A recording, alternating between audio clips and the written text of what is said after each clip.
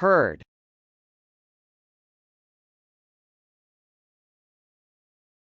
herd,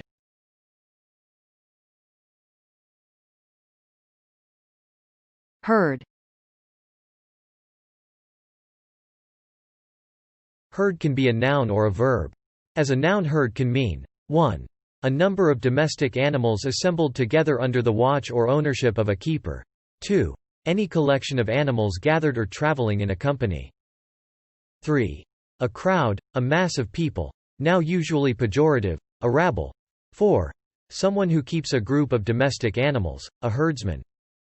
As a verb, herd can mean 1. To unite or associate in a herd, to feed or run together, or in company. 2. To unite or associate in a herd. 3.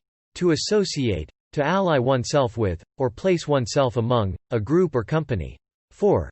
To act as a herdsman or a shepherd. 5. To form or put into a herd. Around this point, herd immunity kicks in.